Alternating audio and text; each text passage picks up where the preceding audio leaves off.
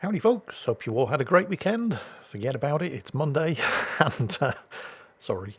And welcome to another episode of Mingles with Jingles. This week, not sponsored by anybody. Well, except for, everybody who supports me on Patreon, which is the reason why you'll never see a YouTube advert on Mingles with Jingles, although I do accept sponsorships, because if you guys are going to use ad blockers, I have to make a living somehow. We've talked about this before. Honestly, I don't blame any... Given the current state of the deluge of advertising that you experience on a daily basis on YouTube, unless you subscribe to YouTube Premium, yeah, funny old thing that, manufacture a problem in order to sell you the solution. But because of that, I wouldn't blame anybody who runs an ad blocker. However, if you're going to run ad blockers, I need to accept sponsorships. So thank you once again to everybody who does support me on Patreon. And those of you who've had to cancel your Patreon subscription over the last couple of months because shit's getting real expensive in the world, no problem. I completely understand. Thank you for your support thus far, and I hope you continue to enjoy the videos. Anyway, moving on. So what's been happening this week? Well, it probably won't come as a great surprise to many of you to learn that Warhammer 40,000 Darktide went into pre-release or closed beta. Don't really know what they're calling it. I mean, there was a beta weekend a couple of weeks ago, but it was just a beta weekend, and it wasn't really a beta, it was more of a stress test. And it needed doing because the servers were not up to the standard required to support as many people playing as were, but that's kind of the point of a stress test. I feel like the developers, Fat Shark, should have probably called it a stress test rather than a beta weekend, because calling it a beta weekend probably raised some unhealthy expectations amongst the people, myself included, who were playing. Expectations that were not really met, because the whole point of playing in a beta weekend is that you get to play during the beta weekend, and that really wasn't the case for me, not much at all. I kept getting kicked out back to the lobby and unable to reconnect to my game session because the servers just couldn't handle the strain. So, yeah, they could have done better to manage people's expectations there. However, what's happening now that the game has gone into actual closed beta isn't really their fault. You see, when the open beta started a couple of days ago, which I haven't managed to get into, not that I'm bitter or anything, it was sitting at very, very good reviews on Steam. This is also kind of the problem, because people are basically reviewing a beta test rather than the full release of the game, because the game doesn't come out until the end of the month. But that's what happens if you put something out on Steam. People are able to review it. User reviews on Steam are a thing, which isn't really fair, because people are reviewing a beta test and they're giving it negative reviews because it's a beta test. They're downvoting a beta for being a beta, which seems a little unfair. When the beta started, it was sitting at 70% positive reviews, which on Steam is mostly positive, and that's pretty good. But on Saturday, that plummeted down to mixed, which meant that only 40 to 69% of user reviews were positive. I mean, on the one hand, it kind of is, because people are leaving reviews for what it is that they've played, and, they can't review the stuff that isn't in the game yet because the game hasn't released. So it's kind of fair, but a lot of the criticism in these reviews, if you go and take a look, is they're basically, okay, performance issues, server crashes, but it's a beta test. You have to expect this sort of thing. Lack of content, but it's a beta test. You have to expect this sort of thing. So in that respect, it's like the developers can't really catch a break. They've actually published a roadmap listing all of the stuff that's going to get rolled out over the course of the next couple of weeks. In fact, not even that long at this point, when the game gets released. It certainly addresses the issues about lack of content. Let me see if I can find the list. Where is it? So, in week 1, you've got full access to the game hub and the mission board, 4 changing missions across 4 different zones, and they are regularly running in-game events. Week 2, which starts today, they're doubling the number of missions across the same number of zones, and there are also in-game events and other surprise additions that the developers don't want to spoil just yet. In the 3rd week, which is basically 3 days, November the 28th, the 29th and the 30th, there will be 10 changing missions across 4 zones, and then they'll have some downtime to get the game ready for actual release And then on November 30th, the launch day, there will be 13 missions across 5 zones, a new zone, which they don't want to share its name just yet, spoilers and so on, and even more in-game events. And hopefully, you know, they'll also have the server instability and constant crashes and so on fixed. So the content it's not there yet, but it's on the way and it's coming in large doses over a relatively short period of time. I think the problem here, I mean, they've called it a closed beta, but they're kind of marketing it as pre-release early access. Well, they're not even kind of marketing it as early access. It's right there on the store page. Pre-order the game, get early access from November 17th. It's not early access, it's a beta test. This isn't like other games from big publishers that get rolled out a week or two early for people who've pre-ordered, where the game is finished. This is definitely a closed beta test, so you're pre-ordering in order to play the closed beta. But it's being advertised as pre-ordering in order to get early access. So it's kind of understandable that people who have pre-ordered and have been playing are not enjoying the alleged early access experience, because it's essentially a closed beta with all of the bugs and crashes and instabilities and lack of content and so on that you'd expect of a closed beta. So in that respect, I suppose the negative reviews are entirely fair. But I think this is just... I mean, there's a bigger problem here, and this is just the way games are marketed these days. There's often a distinct lack of honesty and transparency about what it actually is that you're signing up or paying for. And I'm not really saying that Fat Shark have done this, because they have published a roadmap saying exactly what to expect from the closed beta early access. Can it be closed beta and early access at the same time? I suppose it's technically true, but there are certain expectations that people have of early access pre-order, and it's not this. And Fat Shark can't even blame the publisher, because they are the publisher. So, you know, they're having a bit of a CD Projekt Red moment here. And in fact, it's akin to the launch of Cyberpunk 2077 in more ways than one, because I've seen people streaming Darktide on Twitch, and they haven't experienced any of the problems that people have been reporting and leaving negative reviews about. And that was my experience with Cyberpunk 2077 as well. I mean, it was almost flawless. I'm not saying it was 100% bug-free when I first started playing it on PC all those years ago, but the very few bugs that I encountered were minor cosmetic bugs, like somebody's legs would disappear, but nobody important, just somebody who happened to be sitting at a chair in a cafe where I was talking to somebody else. I mean, shit that didn't really matter. Oh, there was one mission bug that basically broke the game for me.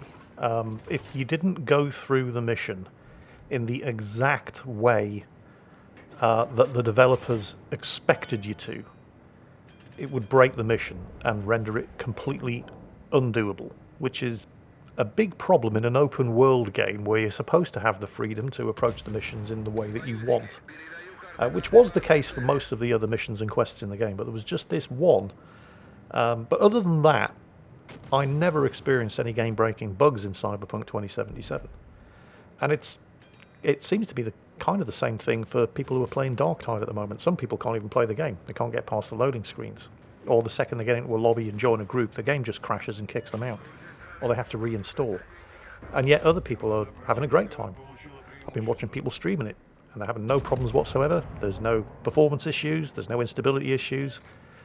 Which must be kind of worrying for Fat Shark, because that points to, you know, no common denominator in what's causing the issues, which will make it harder for them to figure out what is causing the issues and fix them.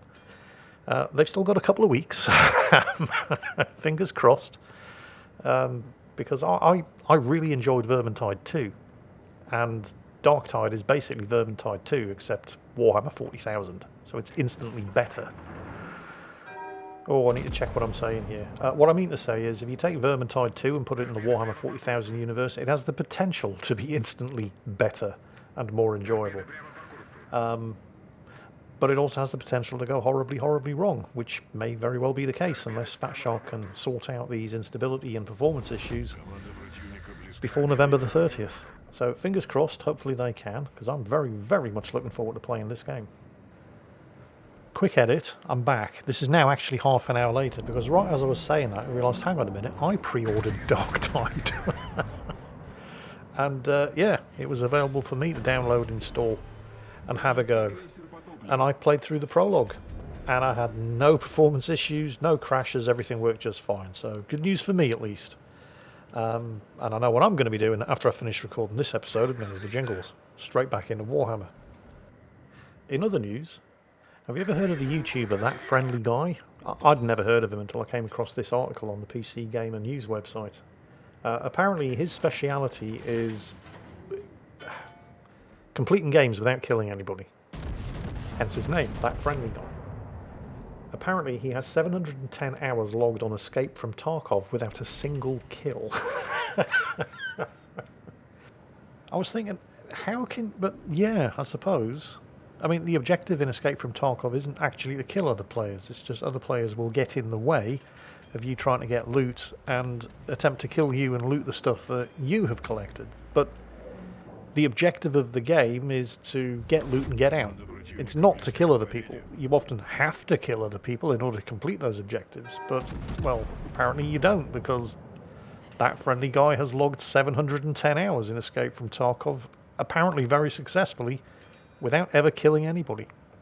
He's also managed to complete Resident Evil Village while only harming bosses, because it's impossible to complete Resident Evil Village without taking the bosses down. But it is, and the proof is right there, entirely possible to do Resident Evil Village without harming anything other than the bosses.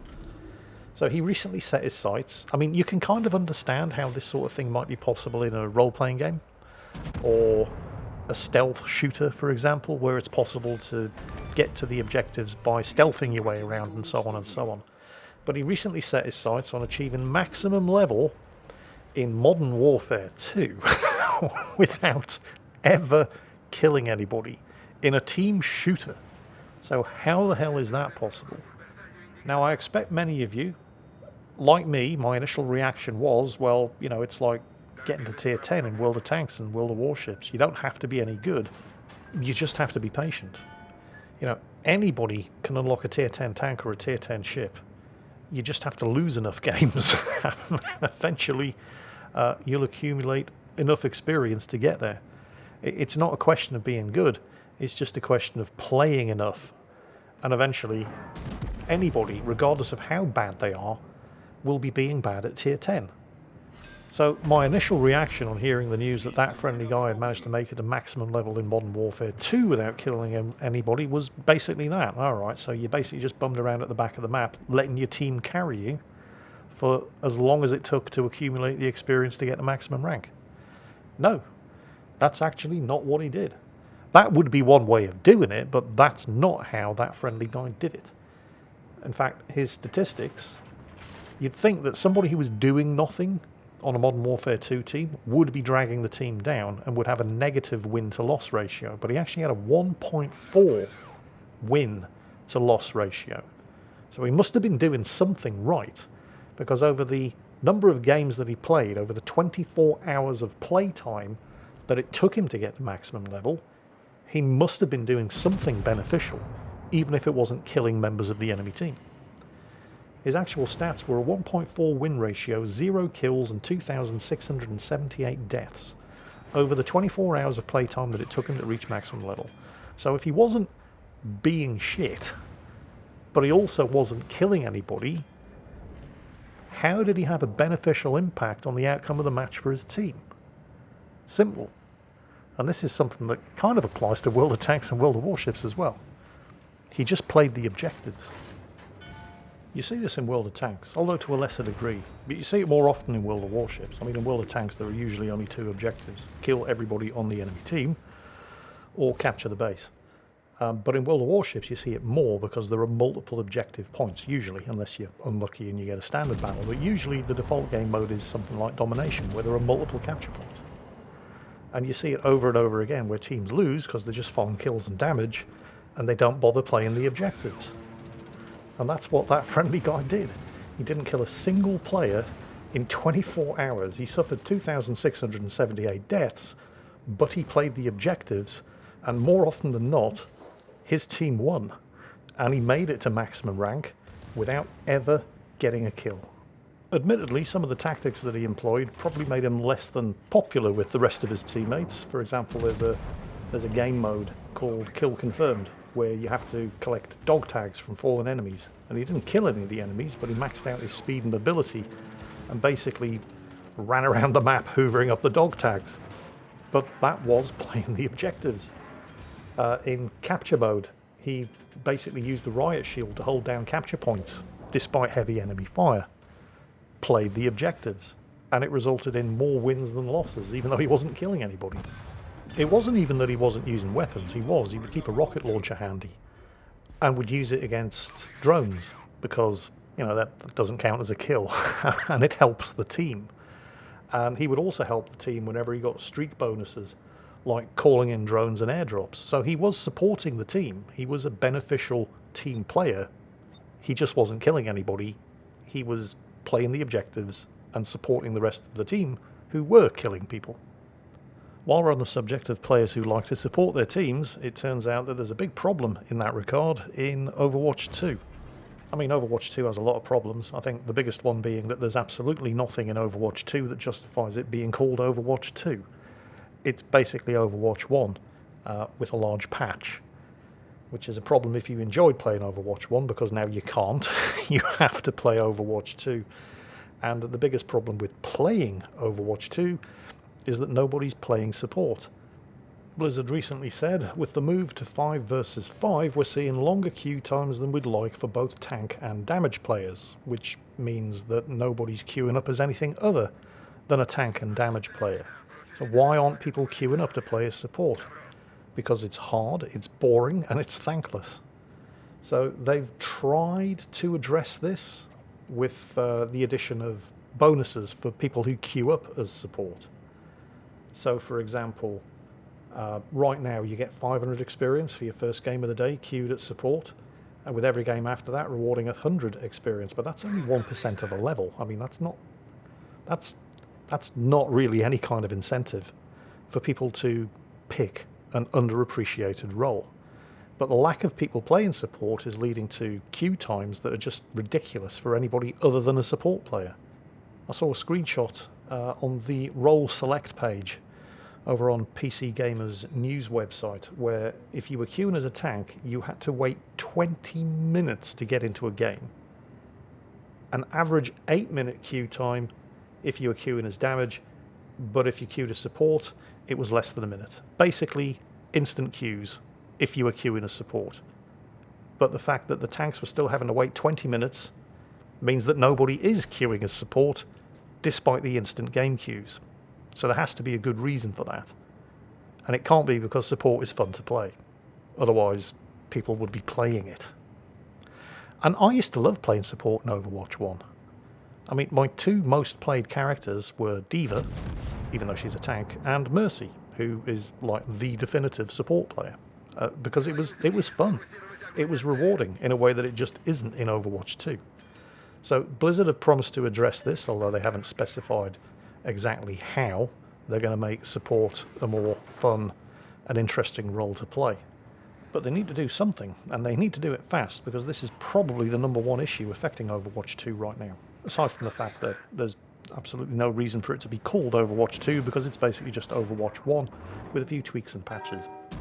Actually, you know, the fact that Overwatch 2 is basically just Overwatch 1 with a couple of tweaks and patches and new monetization options thrown in, of course, let's not forget that. Despite the fact that that's really all Overwatch 2 is, and Blizzard have still somehow managed to completely overnight destroy the value of the support role, is pretty impressive. Because they haven't changed an awful lot in the game, and yet they've managed to completely screw up a third of the roles available. So that's good job. Good going, Blizzard. That's impressive. On a related subject, and this is also something that I talked about a couple of weeks or possibly as long as a month ago, the whole hoo-ha surrounding the fact that you had to have a mobile phone contract in order to play Modern Warfare 2 or Overwatch 2. Something that a lot of people aren't bothering with these days. They just get prepaid phones. That requirement has now been dropped from Modern Warfare 2 and Overwatch 2.